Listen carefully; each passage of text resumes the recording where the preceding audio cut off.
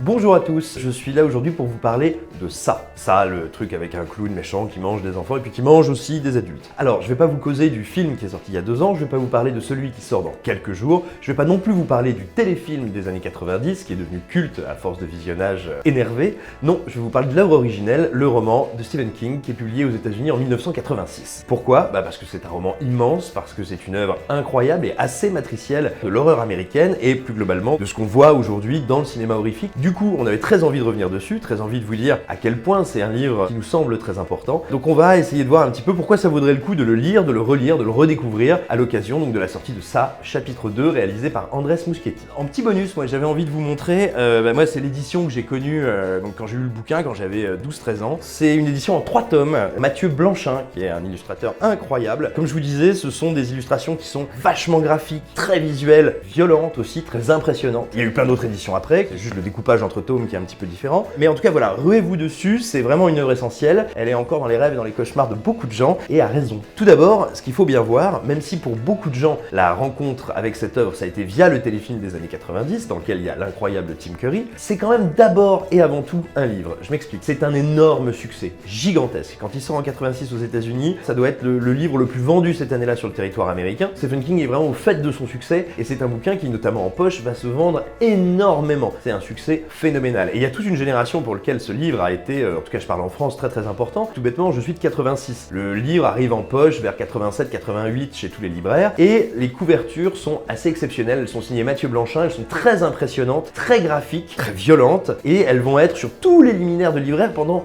des années. Et on a été plein de mômes à grandir avec l'image de ce bouquin-là, qu'on voyait partout, qui était un des plus gros succès de King, et on se disait, mais qu'est-ce que c'est que cette histoire avec le clown? Donc on a été beaucoup à se ruer et à vivre un très grand choc en le découvrant. Il faut préciser aussi un truc intéressant, c'est que la critique américaine a été un peu décontenancée par le livre quand il est sorti. Il s'est pas fait pilonner, il a pas été détruit, loin de là, mais comme c'était une des premières vraies œuvres fleuves de King, et puis sans doute un de ses premiers écrits à avoir une portée mythologique très puissante, il avait déjà publié le premier tome de La Tour Sombre, mais à l'époque personne, et même pas lui, n'imaginait à quel point ça allait devenir une création vaste et complètement folle. Donc vraiment, c'est un ouvrage qui décontenance un peu la critique, qui perçoit encore King à l'époque comme, on va dire, un écrivain d'horreur, un écrivain à sensation, certes très doué, certes très efficace, mais pas forcément un immense artiste littéraire. Or, c'est un ouvrage qui a des prétentions littéraires énormes. On lui reproche une trop grande longueur, on lui reproche d'être plutôt de romans mélangés. Son contenu moral, sexuel, qui peut être assez troublant, voire même révoltant pour certains critiques. Donc voilà, le livre est un peu compliqué à appréhender, mais ça devient un succès phénoménal. Et puis après, arrive en 1990 le fameux téléfilm, en plusieurs parties. Néanmoins, il a été poncé en VHS, ça a été un succès phénoménal et international. Enfin, moi je sais que tous nos grands frères, grandes sœurs, cousins, parents avaient la cassette, que gamin on la regardait, on se terrifiait, puis après on l'a passée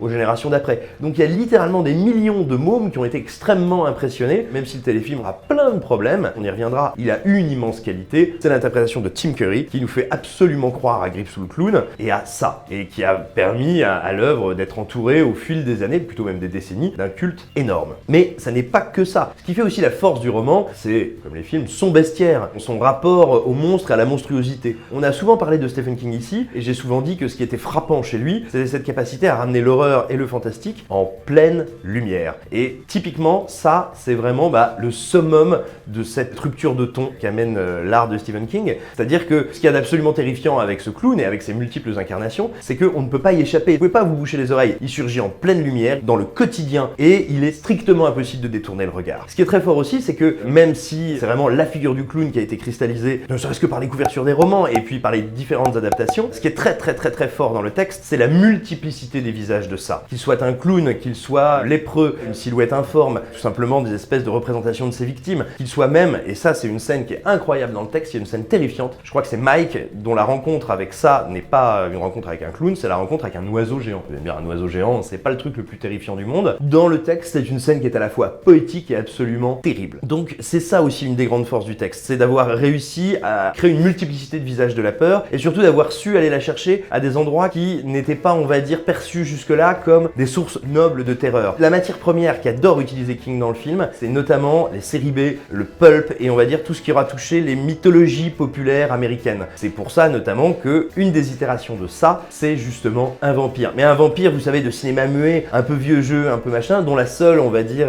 originalité, au lieu d'avoir des canines pointues, il a des lames de rasoir en travers des mâchoires et à chaque fois qu'il part, il se lamine évidemment le visage et il y a comme ça quantité d'interprétations différentes et toujours monstrueuses de la créature qui offre une espèce de richesse visuelle, thématique et fantastique au roman qui est très forte. Tout ça aboutit à faire de ça à la fois un best-of, à la fois un kaléidoscope, une mosaïque, un espèce de condensé absolu de terreur, de fantasmes et d'angoisse, et ça crée une entité qui est absolument culte, qui devient légendaire, dont on peut dire assez raisonnablement qu'elle n'est pas pour rien dans la popularité de la coulrophobie. La coulrophobie, c'est la phobie des clowns. Je vais vous dire un truc, moi quand j'avais 7-8 ans, il y a toujours eu des gens qui n'aimaient pas les clowns. J'avais des potes et des potesses qui n'aimaient pas ça, mais beaucoup moins qu'aujourd'hui. À tel point, je crois, il me semble que c'était un petit peu avant la sortie du premier volume de ça d'Andrés Muschietti, que le syndicat de clownerie américain avait déclaré que vraiment ce film était une catastrophe et qui contribuait à rendre très impopulaire cette profession. No,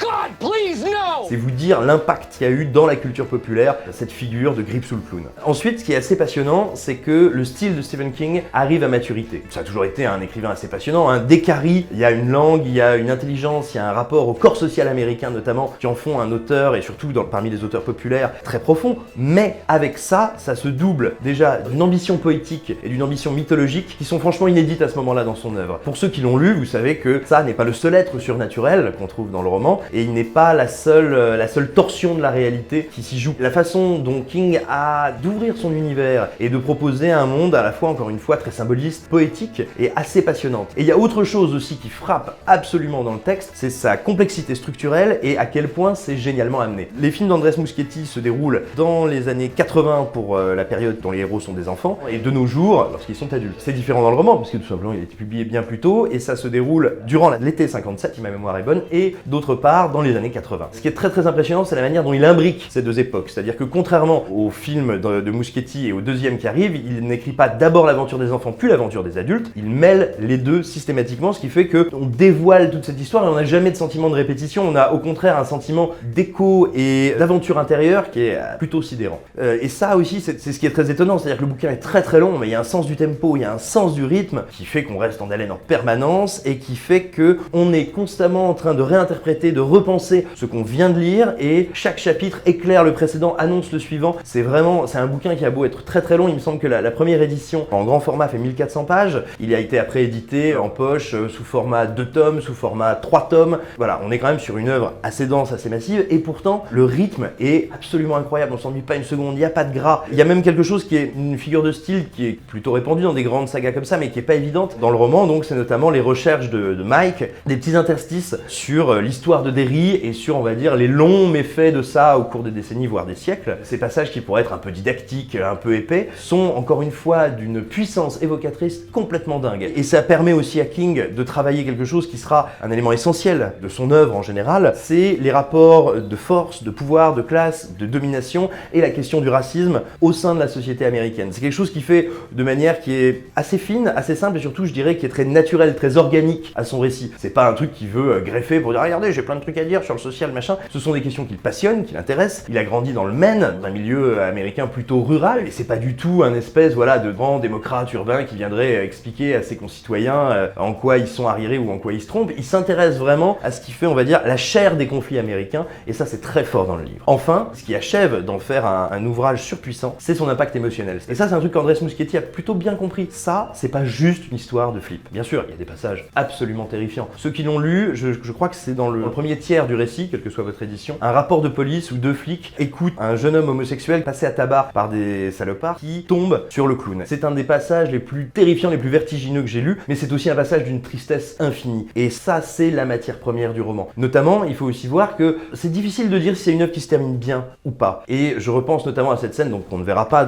ni dans le premier film de Muschietti, ni dans le deuxième, parce que tout simplement c'est impossible dans un film qui a un budget de blockbuster aujourd'hui à Hollywood, mais il y a une scène de sexe collectif entre adolescents qui est d'une tristesse, d'une provocation aussi quelque part, et encore une fois d'une poésie assez sidérante, et puis qui est aussi quand même super audacieuse. Et du coup, si vous voulez, c'est un texte qui parle non seulement de la mélancolie, mais qui parle d'un truc qui est assez puissant et assez terrible en fait. Cette idée, vous savez, quand vous passez de l'enfance à l'adolescence, de la possible corruption du monde. Peut-être que ce qui nous entoure, peut-être que l'univers dans lequel on est n'est pas positif, n'est pas bon. La seule manière de résister au mal, de résister à cette lente déprédation de l'univers, c'est peut-être de s'unir et de se retrouver. C'est le sens du club des losers. Mais comme nous l'apprend le livre, et je vais pas vous le spoiler pour ceux qui l'auraient pas lu, c'est un combat qui ne s'arrête pas au-delà de la défaite de ça. C'est une lutte qui dure en permanence et c'est une lutte qui est consubstantielle à l'humanité. Ça en fait un livre qui est très fort, très dur quand même. Même s'il y a plein de passages qui vous font chaud au cœur, ça raconte aussi quelque chose de ces luttes qu'on ne peut que perdre, dont la beauté n'est pas l'éventuel succès, mais c'est simplement la mener ce combat qui est important. Et quelque part, le club des losers et ces mômes qui vont se lancer dans une lutte insensée contre une entité démiurgique, diabolique, monstrueuse, insatiable, ils sont un petit peu comme le capitaine Ahab qui se lance à l'attaque de Moby Dick. C'est-à-dire que ce qui compte, c'est ce combat, c'est le fait de défier quelque chose de trop puissant, de trop grand, de trop terrible, et c'est pas la victoire ou la défaite. Tout ça, ça fait que ça, de Stephen King, s'inscrit vraiment dans, on pourrait dire, la grande littérature américaine populaire, évidemment dans la grande littérature de genre, on la considère comme fantastique, horrifique, surnaturelle, ce que vous voulez, mais aussi comme une grande fresque de l'adolescence, du passage à l'âge adulte. Moi, ce qui me fascine quand on est un môme, si on le lit jeune, c'est un livre qui vous tire vers l'âge adulte, il vous permet de voir clair sur des choses que vous pressentez, et combien, quand vous êtes un adulte, c'est un bouquin qui vous permet de retrouver quelque chose